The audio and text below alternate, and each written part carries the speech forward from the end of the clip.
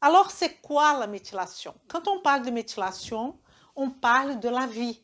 Parce que la méthylation, c'est un groupe méthyle que je vais vous montrer qui déjà est constitué pour des carbones et d'hydrogène. Ça veut dire qu'il est constitué pour la chimie organique. Et notre corps est essentiellement constitué de molécules organiques.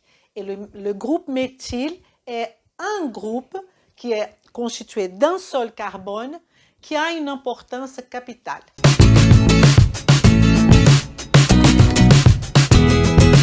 Vem comigo! Ici, je vous fais une carte mentale où je vais prendre en considération tous les aspects qui seront abordés dans cette formation d'application clinique de la méthylation. Déjà, regardons ici le méthyle, le groupe méthyle.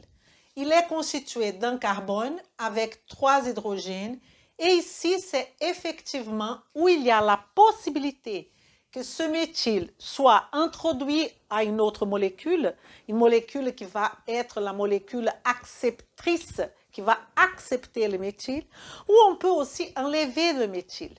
Donc, l'importance de ça, c'est que si on veut changer les structures d'une molécule, on peut additionner un méthyle ou on peut enlever un méthyle.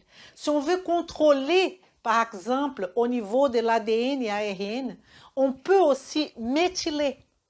Donc, c'est d'une importance effectivement capitale. Et comme vous pouvez bien constater, ce groupe méthyle, il n'est jamais tout seul. Il n'y a pas un groupe méthyle tout seul.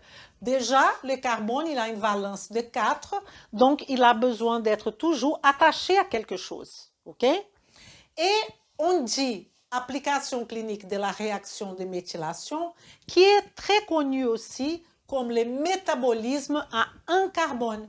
Voilà. C'est une voie métabolique qui va s'établir à partir de ce groupe méthyle qui a qu'un carbone. Donc, effectivement, la méthylation, c'est le transfert de ce groupe méthyle que pour nous aujourd'hui, et dans tous les tableaux qu'on va faire, d'ailleurs, on va faire plusieurs tableaux. On ne va pas être dans le rush en train de faire vite. Non, on va faire des tableaux, je ne sais pas combien, mais il faut absolument que vous compreniez bien et le détail de cette voie. OK? Donc, on va doucement. Je vais mettre sur notre plateforme au fur et à mesure que je le fais, mais avec beaucoup de précautions pour que je ne rate rien, pour que vous soyez le plus complet en termes d'information de cette méthylation. Pourquoi? Parce qu'on a biochimiquement parlant 5 piliers que j'appelle SOJI-H, qui est le premier, que peut-être on peut même changer pour MOJI. C'est la méthylation. Après, on va parler de l'oxydation. Après, on aura la glycation et l'inflammation et les hormones. Ça constitue effectivement les piliers de la nutrition fonctionnelle. Et donc, c'est pour ça, on peut avoir plusieurs piliers, on peut regarder de différentes façons. Ça, c'est une façon et un regard, ce pilier SOJI-H ou MOJI-H, que je vais vous présenter après. D'accord? Donc, ici, on vient de voir cette définition de cette molécule, qui c'est la molécule de la vie. Elle est présente dans toutes les cellules eucaryotes. OK? Et là, on va voir l'introduction. C'est une introduction importante parce que de la même façon que c'est un phénomène complètement physiologique qui fait partie de notre corps, elle aussi est très sensible à l'environnement. Donc, j'ai mis ici, on va rediscuter tout ça, je répète. Mais sensible à l'environnement, pourquoi? Sensible à la pollution, extrêmement sensible au stress, sensible à l'âge. On sait que le vieillissement, plus on gagne de l'âge, plus on peut avoir des troubles de méthylation qui va engendrer plusieurs problèmes. Ça veut dire l'âge a tous les troubles liés au vieillissement sont liés à la aux troubles de méthylation ou peuvent être liées aux troubles de méthylation.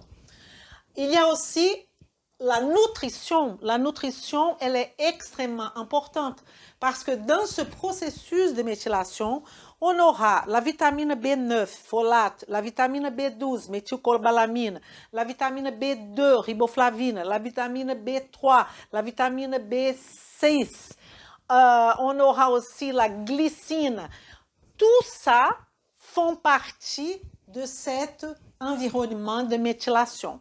Il y a aussi le fait qu'on soit en état de jeûne ou qu'on soit en état alimenté, ça veut dire postprandial, parce que tout va commencer d'un acide aminé qui s'appelle la méthionine et qui, quand on mange les viandes, les protéines, on aura la présence de cette méthionine, qui est notre base pour développer cette méthylation. Donc, cette nutrition, elle est extrêmement importante, soit dans l'état de jeûne, soit dans l'état alimentaire, et tous les nutriments, vitamines, etc., qu'on a besoin pour que cette méthylation se passe bien. On peut aussi parler du zinc, qui c'est très important dans cette notion de méthylation. Et il y a aussi l'environnement qu'on appelle la épigénétique. On va faire une formation que sur les aspects de l'épigénétique. Mais déjà, j'ai écrit ici en anglais, you are what your grandma ate. Ça veut dire, nous sommes le produit de ce que nos grands-mères, ont mangé. Donc, on sait aujourd'hui qu'il y a une influence de génération et de génération. Le produit d'Elisa, c'est le produit de ce que ma grand-mère, mes grands-parents ont mangé. D'accord?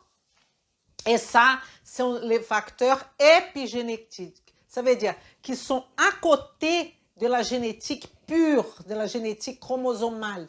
Okay? Vem comigo!